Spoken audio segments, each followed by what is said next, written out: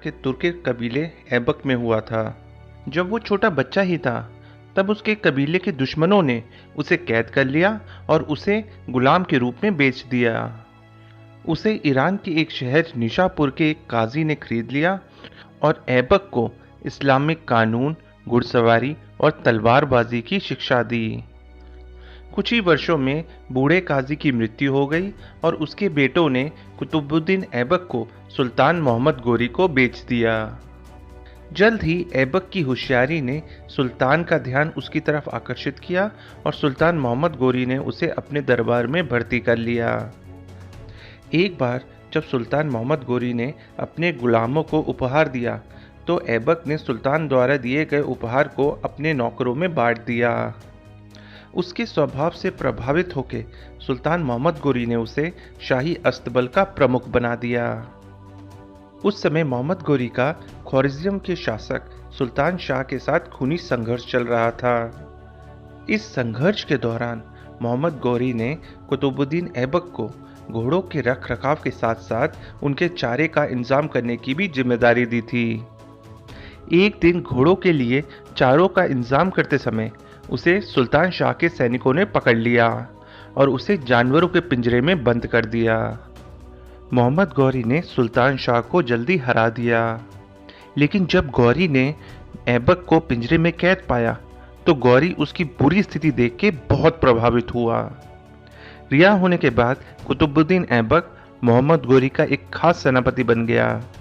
1192 में मोहम्मद गौरी ने तराइन की दूसरी लड़ाई में पृथ्वीराज चौहान को हराया, जिसमें कुतुबुद्दीन ऐबक ने एक अहम भूमिका निभाई थी। जिसके बाद मोहम्मद गौरी ने कुतुबुद्दीन ऐबक को अपने साम्राज्य के भारतीय प्रांतों का गवर्नर नियुक्त किया। कुतुबुद्दीन ऐबक ने दिल्ली से 10 किलोमीटर पश्चिम में इंद्रप्रस्थ में अपना सबसे महत्वपूर्ण सैन्य ठिकाना स्थापित किया। उसने उत्तर भारत के राजाओं के खिलाफ निरंतर युद्ध करने का फैसला भी किया। कुतुबुद्दीन ऐबक ने गौरी के अन्य महत्वपूर्ण सैन्य कमांडरों के साथ वैवाहिक गठबंधन में बंधकर अपनी स्थिति को और भी मजबूत किया। ऐबक ने 1193 में दोआब पर कब्जा करने के लिए मुरादाबाद पर कब्जा करके अपना अभियान शुरू किया। इसके बाद उसने बुलंदशहर की घेराबंदी की, लेकिन किले के सैनिकों ने उसके हमलों का मुंह तोड़ जवाब दिया, जिससे मजबूर होकर उसे बुलंदशहर की घेराबंदी उठानी पड़ी और वो वापस दिल्ली चला गया। इस हार के बाद मोहम्मद गौरी ने उसे गजनी वापस बुला लिया। वह अगले 6 महीने तक गजनी में रहा और वहां गौरी के साथ मिलकर उसने भविष्य की लड़ाई के बारे में एक नई रणनीति बनाई। 1194 में ऐबक ने एक बड़ी सेना खड़ी की और दोआब पे एक बड़ा हमला किया। उसने तेजी से बुलंदशहर और अलीगढ़ पे कब्जा कर लिया। जल्द ही गौरी भी 50,000 सैनिकों के साथ ऐबक की मदद के लिए वहां आ पहुंचा। दोनों ने मिल के बनारस पे हमला किया, जो उस समय कन्नौज के अंतिम गंधर्व शासक जयचंद के साम्राज्य का हिस्सा था। जयचंद ने भी एक विशाल सेना खड़ी की और छंदवर के युद्ध क्षेत्र में तुर्की सेना से भिड़ गया। कन्नौज की सेना ने पूरे दिन एक जबरदस्त लड़ाई लड़ी, लेकिन दिन के अंत में एक तीर जयचंद को लग गया और वो मारा गया। उसकी बाकी बची सेना ने एक पास के किले में शरण ली। तुर्की सेना ने तुरंत किले पे हमला नहीं किया, बल्कि शाही खजाने पे कब्जा करने के लिए उन्होंने बनारस की ओर कूच किया। जल्द ही उन्होंने बनारस को लूट लिया और लूट से लदे 1400 ऊँटों के साथ गौरी गजनी वापस चला गया। जाने से पहले गौरी ने ऐबक को निर्देश दिया, जिसके अनुसार उसे उत्तर भारत को धीरे धीरे लेकिन लगातार जीतना था। जल्द ही कुतुबुद्दीन ऐबक को भारत के तुर्किक साम्राज्य पर नियंत्रण बनाए रखने में कठिनाई होने लगी। अलीगढ़ के कुछ स्थानीय सैनिकों ने विद्रोह कर दिया, लेकिन ऐबक ने उन्हें जल्दी ही कुचल दिया। कन्नौज के गंधर्वा सैनिकों ने तुर्की सैनिकों पर हमला किया और बनारस को दोबारा जीत लिया। पृथ्वीराज चौहान के भाई हरि राय चौहान ने अपने भतीजे गोविंद राजा से अजमेर का ताज छीन लिया और दिल्ली पे कब्जा करने के लिए अपनी सेना के साथ दिल्ली की तरफ मार्च किया। कुतुबुद्दीन ऐबक ने खतरे को भांपते हुए अपनी बड़ी सेना को हरि राय की सेना को रोकने के लिए भेजा। एक बड़ी तुर्किक सेना को देखकर हरी राय की सेना ने अजमेर में शरण ली। हरी राय की सेना ने तुर्किक सेना को एक कड़ी टक्कर दी, लेकिन वो तुर्किक सेना को रोक नहीं पाई।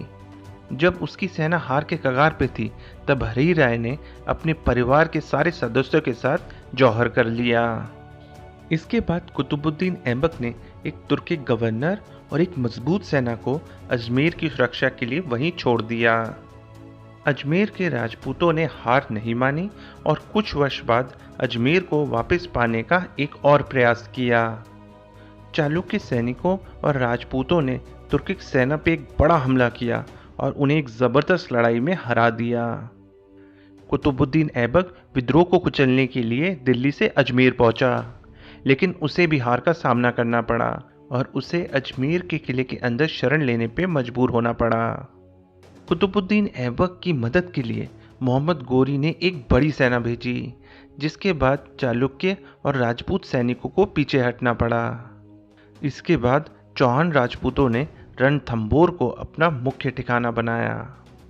1196 में कुतुबुद्दीन ऐबक ने बयानक पे कब्जा कर लिया और एक मजबूत सेना को उसकी रक्षा के लिए नियुक्त किया।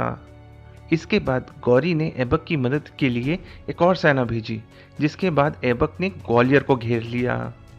ग्वालियर के सैनिकों के कड़े प्रतिरोध के कारण ऐबक को पीछे हटना पड़ा, लेकिन बयाना के तुर्की गवर्नर ने ग्वालियर पे लगातार हमला किया और कुछ ही वर्षों में ग्वालियर के किले पे कब्जा कर लिया। 1197 में ऐबक ने राष्ट्रकूट राजकुमार को हरा के बदायूं के राज्य पे कब्जा कर लिया और अपने दामाद इल्तुतमिश को इसका नया गवर्नर नियुक्त किया। अगले साल उसने बनारस पे फिर हमला किया और गंधर्व शासकों से उसे फिर जीत लिया। 1202 में ऐबक ने बुंदेलखंड के चंदेल राजाओं पे हमला किया। तुर्किक सेना ने बुंदेलखंड की राजधानी किलिंजर को घेर लिया और किले पे जोरदार हमला किया। चंदेल शासक परमार्दी देव ने तुर्किक सेना के सामने आत्मसमर्पण करने का फैसला किया, लेकिन उसके प्रधानमंत्री अजय देव ने उसकी हत्या कर दी और चंदेलों का नेतृत्व किया। बुंदेलखंड के सैनिकों ने किलिंजर के किले की जी जान से सुरक्षा की, लेकिन जब ऐबक ने उनकी पानी की सप्लाई काट दी तो उन्हें किला खाली करने पे मजबूर होना पड़ा। किलिंजर के किले को जीतने के बाद ऐबक ने कोई नया अभियान शुरू नहीं किया, जिसकी वजह थी कि उसकी सेना बहुत कमज़ोर हो गई थी और वो जीती गई जगहों पर अपना नियंत्रण मजबूत करना चाहता था। वह भारतीय उपमहाद्वीप के भीतर अपना अलग तुर्किक साम्राज्य भी स्थापित करना चाहता था। अपने उपदेश को प्राप्त करने के लिए वह मध्य एशिया की राजनीति से दूर रहा और मोहम्मद गौरी और उसके अन्य तुर्की कमांडरों के साथ उसने अपने अच्छे संबंध बनाए रखे। 1206 में कुछ विद्रोहियों ने मोहम्मद गौरी की हत्या कर दी और ऐबक को भारतीय उपमहाद्वीप पे अपना साम्राज्य स्थापित करने का मौका मिल गया। उसने भारत पर शासन करने वाले सभी तुर्किक सेनापति और दरबारियों को या तो ताकत या लालच के बल पे अपने प्रभावी नियंत्रण में ले आया। ऐबक ने अगले कुछ वर्षों तक किसी भी बड़े सैन्य अभियान से परहेज किया। कई हारे हुए राजाओं को तुर्किक साम्राज्य की इस कमजोरी का आभास हो गया और उन्होंने अपने हारे हुए साम्राज्य को दोबारा प्राप्त करने के लिए प्रयास करना शुरू किया। जल्द ही चंदेलों ने किलिंजर को जीत लिया और प्रतिहार सैनिकों ने ग्वालियर से तुर्किक सैनिकों को मार भगाया और इस तरह ऐबक ने मध्य भारत पर अपना नियंत्रण खो दिया। गांधर्व राजा हरिश्चंद्र ने जब तुर्किक सैनिकों को मध्य भारत से पीछे हटते हुए देखा तो उसने भी अपने साम्राज्य को दोबारा जीतने का प्रयास किया।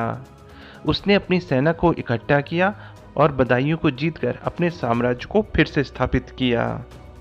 हिंदू राजा और सरदार अभी भी बड़े पैमाने पे उत्तर भारत पे शासन करते थे। ऐबक भारतीय उपमहाद्वीप के नए तुर्किक राज्य के एक बड़े क्षेत्र को अपने प्रभावी नियंत्रण में लाने में विफल रहा, जिस पर अभी भी हिंदू राजा शासन करते थे। उसने अपने साम्राज्य को मजबूत करने की कोशिश की, लेकिन 1210 में लाहौर में चौगन या पोलो खेलते समय घोड़े से गिरने के बाद उसकी मृत्यु हो गई। उसे लाहौर में दफना दिया गया और पहले उसका अनुभवहीन पुत्र आराम शाह और बाद में उसका दामाद इल्तुतमिश उसका उत्तराधिकारी बना। अगर आपको हमारा वीडियो पसंद आया हो तो प्लीज़ हमारे चैनल को सब्सक्राइब करें, लाइक बटन दबाएं। धन्यवाद।